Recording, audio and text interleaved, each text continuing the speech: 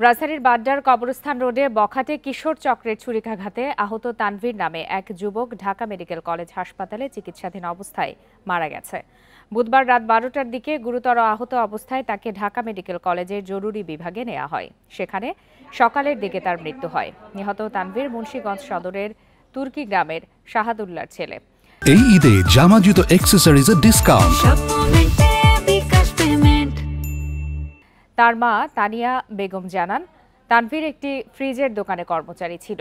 বুধবার রাতে দোকানের কাজ শেষে মধ্য বাড্ডা কবরস্থানের পাশের গলি দিয়ে হেঁটে বাসায় ফিরছিল সে।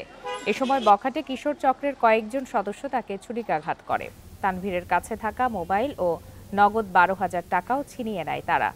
ঢামেক পুলিশ ক্যাম্পের ইনচার্জ মোহাম্মদ ফারুক জানান, বিষয়টি সংশ্লিষ্ট থানা পুলিশকে জানানো হয়েছে। আমার ছোটটার কিছু হইব, আমার আরেকটা সন্তান আছে, আমার এই সন্তানের সিক্রেট দিতে পারবেন আপনারা? যদি দিতে পারেন তাহলে আমি বিশ্বাস চাই, আমার এই সন্তানের জানটা আমি চাই, আমি এই সন্তানের জান বিকে চাই, আর কিছু চাই না। আমার যেটা আছে এটার বুকে লয়ে থাকতে চাই।